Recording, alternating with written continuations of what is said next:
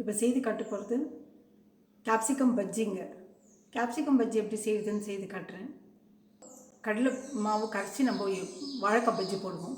அது மாதிரி கடலைப்பருப்பு பச்சரிசி ரெண்டையும் ஊற போட்டு அதை மிக்சியில் போட்டு ஆட்டி கேப்சிகம் கட் பண்ணி அதை பஜ்ஜி எப்படி போடுறதுன்னு போட்டு காட்டுறேன். இப்போ கேப்சிகம் பக்கோடா பண்ணுறேங்க. பாருங்கள், கேப்சிகம் இந்த மாதிரி சின்ன சின்னதாக நீட்டு வாக்கில் கட் பண்ணி வச்சுருக்கேன் நான். பாருங்கள், பார்த்தீங்களா? இப்படி நீட்டமாக கட் பண்ணி வச்சுருக்கேன். அதில் கொஞ்சமாக தூள் உப்பு போட்டு ஊற வச்சிடலாங்க. பாருங்கள், தூள் உப்பு அவ்வளோதான். இந்த கேப்சிகம் பிடிக்கிறதுக்காக இப்படி குலுக்கி விட்டுடலாங்க. வச்சுட்டு அப்புறம் மிக்சியில் போடலாங்க. மிக்சி வேலையை பார்க்கலாம். கடலைப்பருப்பு ஊற போட்டு வச்சுருக்குங்க. அதுக்கு கொஞ்சமாக ஊற போட்டிருக்குங்க. கூட அரிசி பாருங்கள், பச்சரிசி வந்து அதிகமாக இல்லை, 1 ஸ்பூன் தான் போட்டிருக்கேன். 1 கப்பு கடலைப்பருப்பு, 1 ஸ்பூன் பச்சரிசி கொஞ்சம் கிறிஸ்பாக இருக்குங்க. அதை வந்து நம்ம ஒரு மிக்சியில் பருன்னு போட்டு ஆட்டிடலாம். மிக்சியில் போடுறதுக்கு சாமானம் ஒரு வரமிளகா, கொஞ்சம் காரமாக இருக்கிறதுக்காக வரமிளகா போடுறேன். இது வந்து காரம் கம்மியாக இருக்கும், அதனால் 5 மிளகா போடுறேங்க மிக்சியில். இஞ்சி பூண்டு போடுறேங்க. சோம்பு போட்டுக்கலாங்க. சோம்பு ஒரு 1/4 ஸ்பூன் போடும். இது தகுந்த மாதிரி போட்டுக்கலாங்க. பாருங்கள், இஞ்சி சின்ன துண்டு ஒரு 4 பல்லு பூண்டு போட்டுக்கலாம்.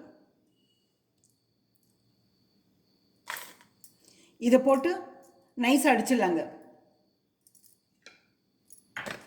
அடிச்சுட்டு அப்புறமா இது போடலாங்க. இப்போ வரமிளகா, பூண்டு, இஞ்சி போட்டு மிக்சியில் போட்டு அடித்து வச்சுருக்குங்க. இப்போ இது வந்து கடலைப்பருப்பு பச்சரிசி போட்டிருக்கேன், அதை போட்டுடலாம். போட்டு பருப்பருன்னு அடிக்கிறாங்க, ரொம்ப நைஸாக வேண்டாம். கூட உப்பு போடலாங்க. பாருங்கள், உப்பு இதுதான் அளவு தெரியுங்க எனக்கு. உப்பு போடலாம். உப்பு போட்டுட்டு இது மிக்சியில் போட்டுடலாம். பருப்பருன்னு போட்டு அடிச்சிடலாம்.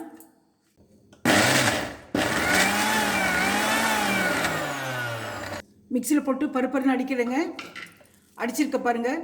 கொஞ்சமாக தண்ணி விட்டுக்கலாங்க.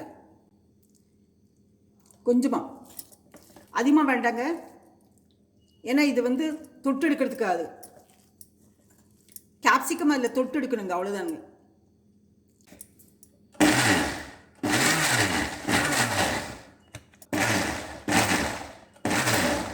இதில் பாத்திரத்தில் ஒரு பாத்திரத்தை ட்ரான்ஸ்ஃபர் பண்ணிக்கிறேங்க, மாற்றி வைக்கிறேன். இப்போ கேப்சிகம் இந்த மாவில் தொட்டு போடுறேங்க. பாருங்கள், இந்த மாவில் தொட்டு போடுறேன் நான் கேப்சிகமாக. பாருங்கள், இந்த மாதிரி.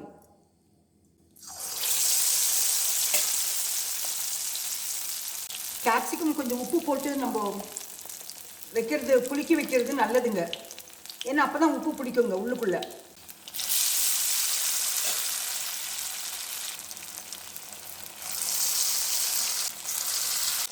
நல்லா இருக்கும், டேஸ்ட்டு நல்லா இருக்குங்க.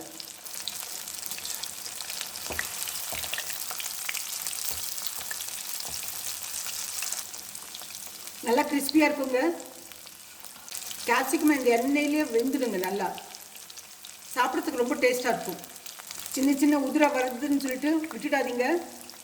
சாப்பிட்டு பார்த்தா தான் தெரியும். ரொம்ப அருமையாக இருக்குங்க.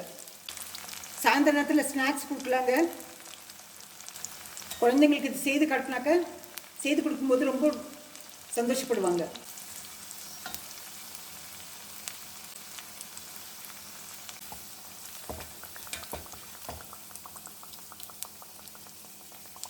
இந்த மாதிரி பொரிச்சு எடுங்க.